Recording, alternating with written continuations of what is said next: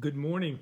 This is the adult Sunday school lesson from Mount Vernon Baptist Church for February the 7th.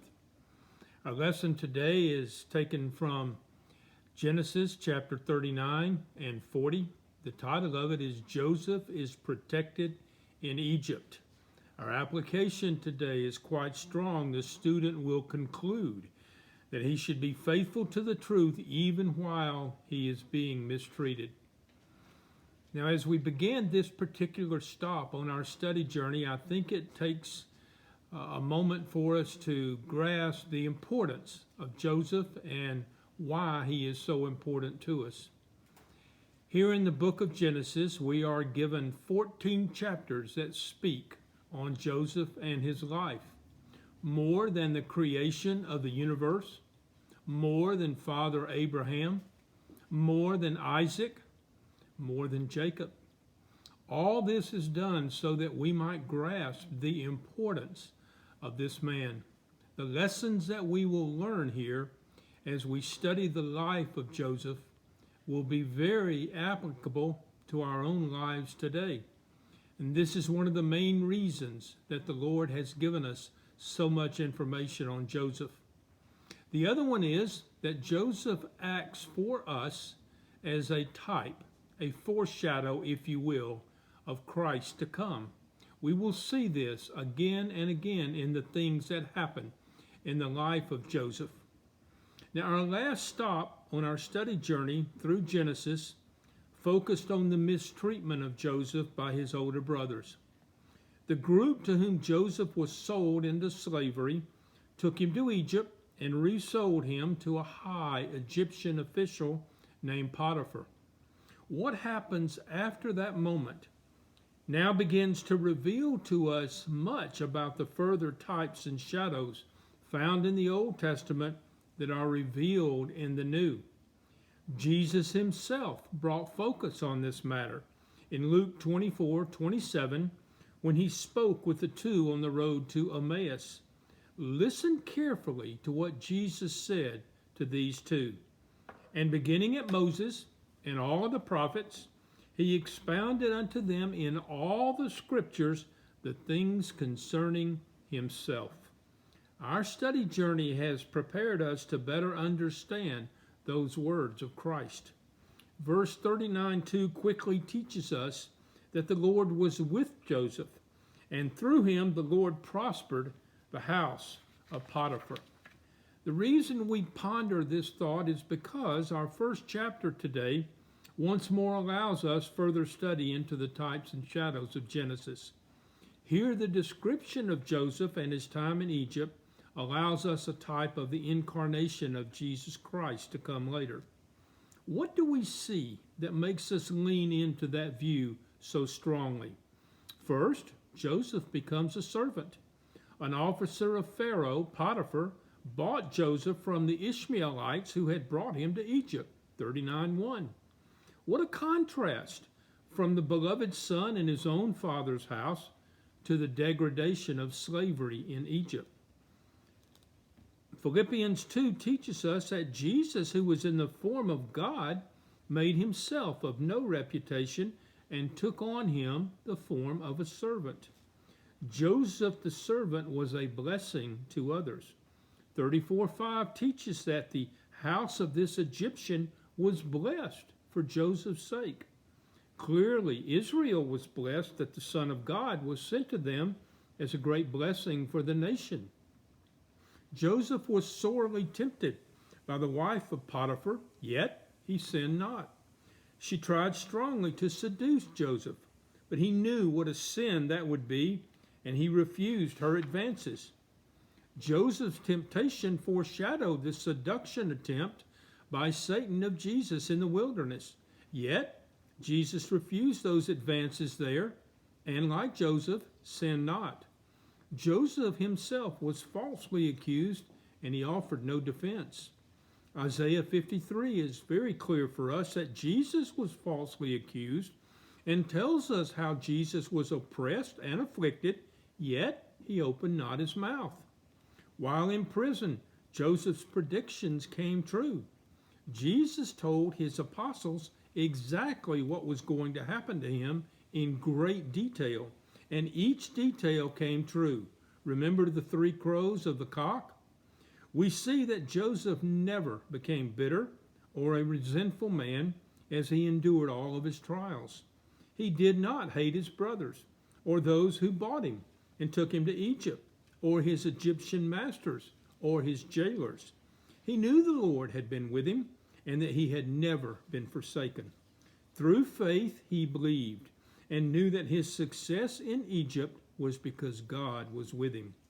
Later on, he will prove this point when he again met his brothers and told them that they meant evil unto him, but God meant it for good.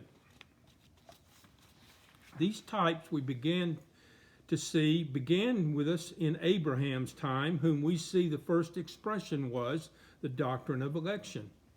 And Isaac, we see next the doctrine of divine sonship, with the son of promise not being the firstborn. In Jacob, we see the conflict of the 2 natures of the believer and God's gracious discipline to fulfill his own purpose. Joseph speaks to us of being an heir, when all the sons of God will later fulfill their destiny as heirs and will reign together with the Lord. Joseph further allows us to see the fact that suffering will always go before glory. Each believer will in some way endure some challenges of faith that need to be overcome, which sanctifies us in his image. The very name of Joseph means God has added. We learned that in 30:24. We see that Joseph was a shepherd and was in strong opposition to evil.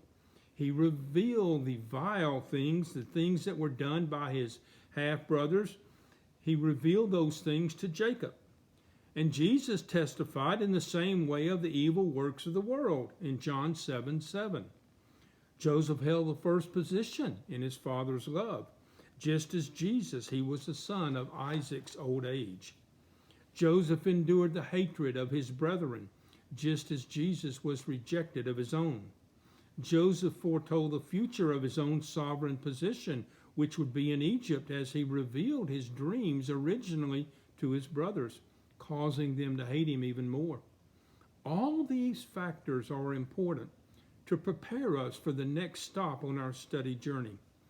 God was preparing an Egyptian named Potiphar to receive Joseph as a servant in his house while Joseph was still being mistreated by his family. The plan of God is always unfolding according to his will, not according to ours.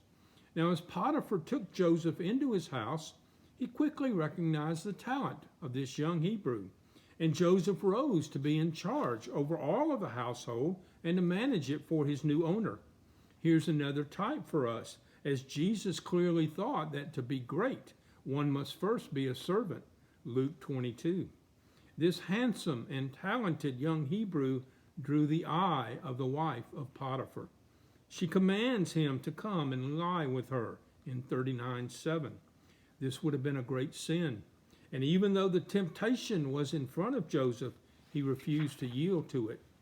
Her attempted seduction of Joseph was repeated, as was his refusals. She used a moment when they were alone in the house to grab his garment and pull him toward her, and Joseph fled from her with his garment in her hand. Because she had been rejected, she grew angry, and she told Potiphar that Joseph made the advances toward her.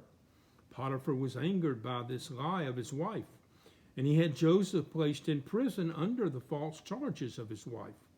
But verse 39:21 clearly teaches that God was well aware of this matter, and his favor remained with Joseph, protecting him wherever he might be. God's plan, set in place long before, was unfolding for this young man. God had a much larger household for Joseph to run than just the house of Potiphar. But before that time could arrive, Joseph had to endure the unfair treatment that prison time brought him.